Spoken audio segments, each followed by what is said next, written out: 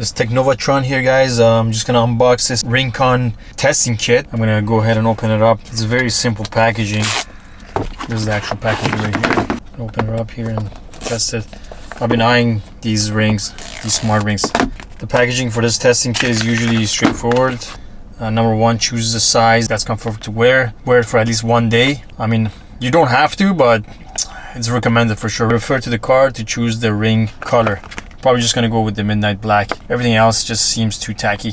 Scan the QR code and get your perfect ring. Okay, so there's these sizes here, starting from number 6, 7, 8, 9, 10, 11, 12, 13, 14. So I'm gonna go ahead and try number 6. Yeah, it's too tight. 9 here.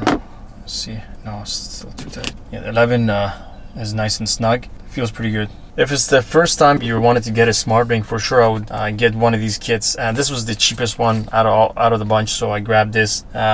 I think it's like $5-6 on Amazon, but Oura was $40 something.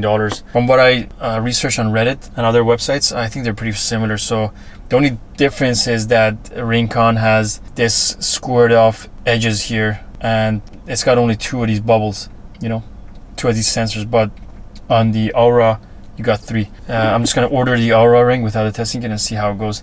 There's like a mark over here, so you have to wear the mark on your palm side, so it's this way, so you can't make mistakes. If you want to sleep on it and, you know, try to see how it goes, depends what you eat and what you did all day, so it might feel tight at nighttime or during the morning hours. I'll let you guys know how this testing kit, see how it goes. But yeah, number 11 is my size.